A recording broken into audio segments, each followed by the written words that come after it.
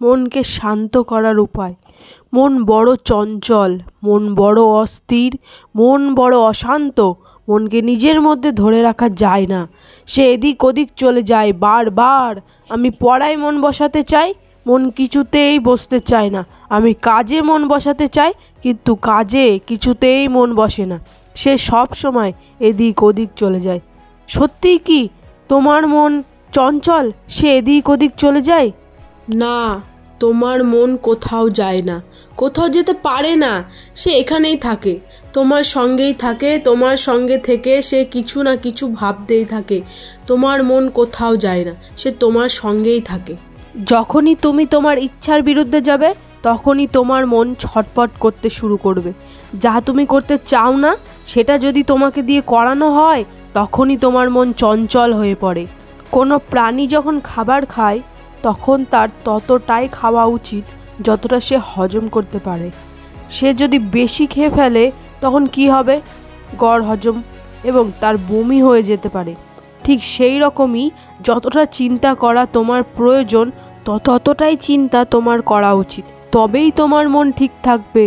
মনকে কখনো শান্ত করা যায় না, শান্তি দেয়া যায়। মন অনবরত চিন্তা করতেই থাকে, এক সেকেন্ডের জন্য সে থামে না। মনে প্রতিদিন হাজার হাজার চিন্তা আসে, সেটিকে কখনো থামানো যাবে না।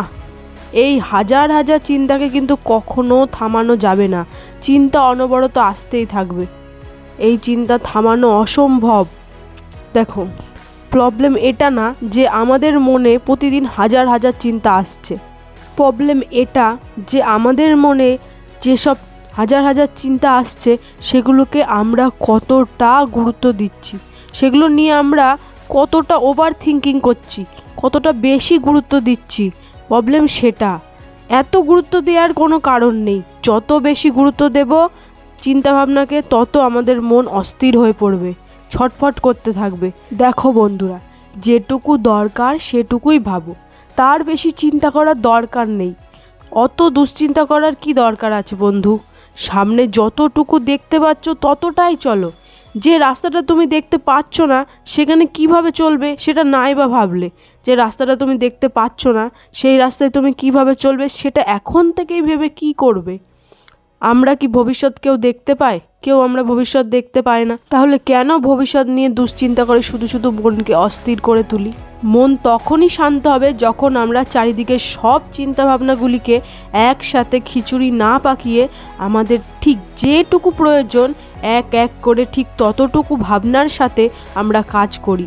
এইভাবে আমাদের মনকে শান্তি দিয়ে আমরা সামনে এগিয়ে যেতে থাকব।